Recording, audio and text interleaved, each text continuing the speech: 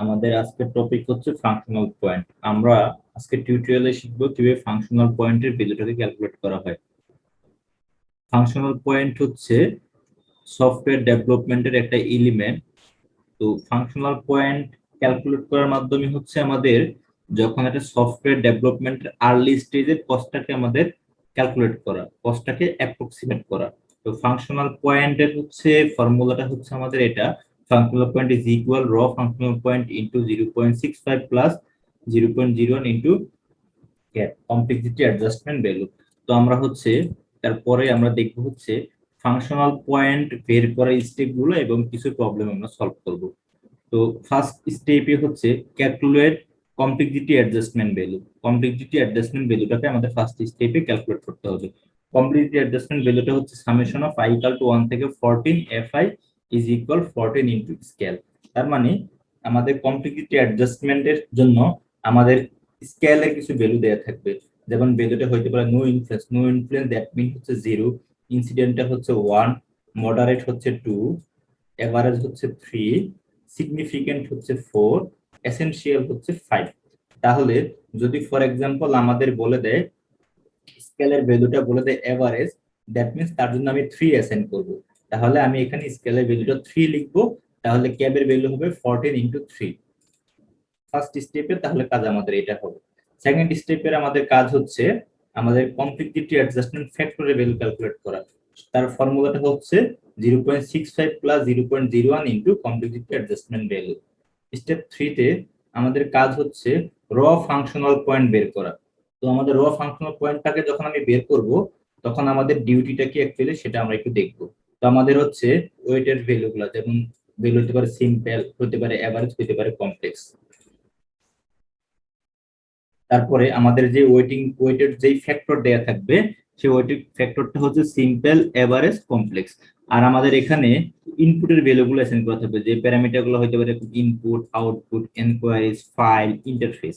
তো আমাদের এই প্যারামিটারগুলোর যে ভ্যালুগুলো আমাদের কোশ্চেনে দেয়া থাকবে সেগুলো আমি এখানে লিখবো।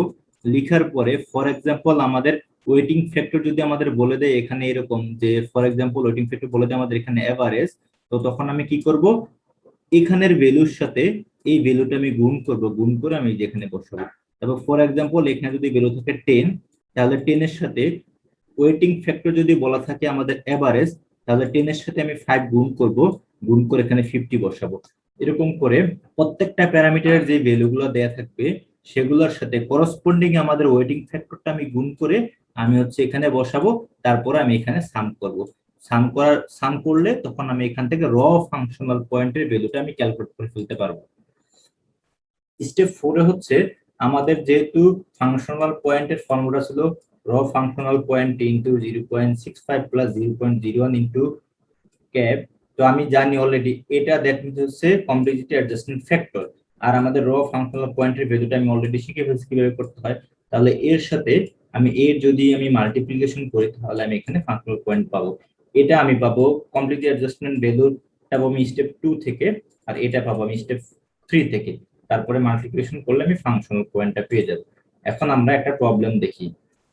ফর এক্সাম্পল আমাকে এখানে বলছে compute the functional point value for a project with the following nomination domain characteristic.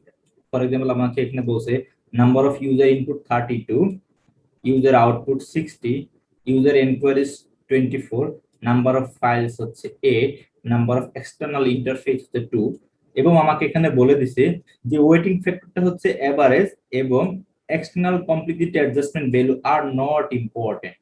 তাহলে আমরা অলরেডি জানি যে আর নট ইম্পর্টেন্ট মানে হচ্ছে নো ইনফ্লুয়েন্স, তো তার এগেইনস্টে আমাদের এই যে এখানে ভ্যালু দেওয়া আছে 0। তাহলে আমাদের স্কেলের ভ্যালুটা 0।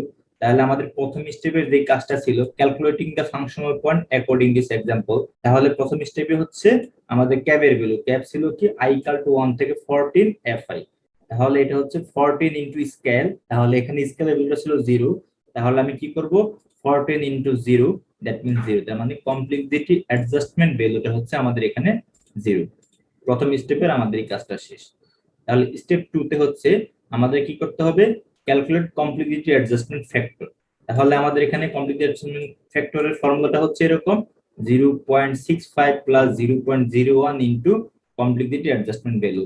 তো আমরা স্টেপ 1 থেকে কমপ্লেক্সিটি অ্যাডজাস্টমেন্ট ভ্যালু আমি অলরেডি পেয়েছি হচ্ছে 0। তারপর আমি এখানে ক্যালকুলেট করলে আমি এখানে কমপ্লেক্সিটি অ্যাডজাস্টমেন্ট ফ্যাক্টরের ভ্যালু পাবো 0.65।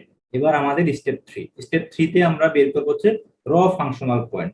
তো আমাদের কোশ্চেনে যেহেতু বলে দেয়া আছে যে ওয়েটিং ফ্যাক্টরটা হচ্ছে এভারেজ, তো এভারেজের ভ্যালুগুলো হচ্ছে আমাদের এগুলা ফিক্সড ভ্যালু। এই যে আমাদের এখানে সিম্পল, এভারেজ, কমপ্লেক্স, এই ভ্যালুগুলো হচ্ছে আমাদের ফিক্সড। তো আমাদের এখানে ওয়েটিং ফ্যাক্টর যেহেতু বলে দেয়া আছে হচ্ছে এভারেজ, এবং আমাদের প্রত্যেকটা প্যারামিটারে করসপন্ডিং আমাদের ভ্যালুগুলো অলরেডি কোশ্চেনে দেয়া ছিল, তাহলে সেগুলো আমি এখানে লিখবো। তারপরে আমাদের ওয়েটিং ফ্যাক্টর এভারেজ যেহেতু বলা আছে, তাহলে আমি এটার সাথে করসপন্ডিং এই ভ্যালুটাকে গুণ করব। তাহলে 32 ইনটু 4 গুণ করলে আমি এটা পাবো, 60 ইনটু 5 গুণ করলে আমি এটা পাবো, 24 ইনটু 4 গুণ করলে আমি এটা পাবো, 8 ইনটু 10 গুণ করলে আমি এটা পাবো, 2 ইনটু 7 গুণ করলে আমি 14 পাবো। তারপরে এগুলাকে আমি সবগুলাকে সাম করলে 618 পাবো। এটা হচ্ছে আমাদের র ফাংশনাল পয়েন্ট। নেক্সট স্টেপটা হচ্ছে আমাদের স্টেপ 4। তো স্টেপ 4 এ আমাদের কাজ হচ্ছে আমাদের ফাংশনাল পয়েন্টের ভ্যালুটা বের করা। সেটা আমরা জানি ফাংশনাল পয়েন্ট ইজ ইকুয়াল র functional point into complexity adjustment factor. Complexity adjustment ফ্যাক্টরের ভ্যালু পাবো আমি স্টেপ 2 থেকে আমি অলরেডি জানি 0.65, আর র ফাংশনাল পয়েন্টের ভ্যালু হচ্ছে 6.618। তাহলে আমি এই ভ্যালুটা আমি এখানে বসাবো, বসানোর পরে ক্যালকুলেট করলে আমি এখানে ফাংশনাল পয়েন্টের আমি ভ্যালুটা পেয়ে যাবো। এটা হচ্ছে আমাদের অ্যান্সার।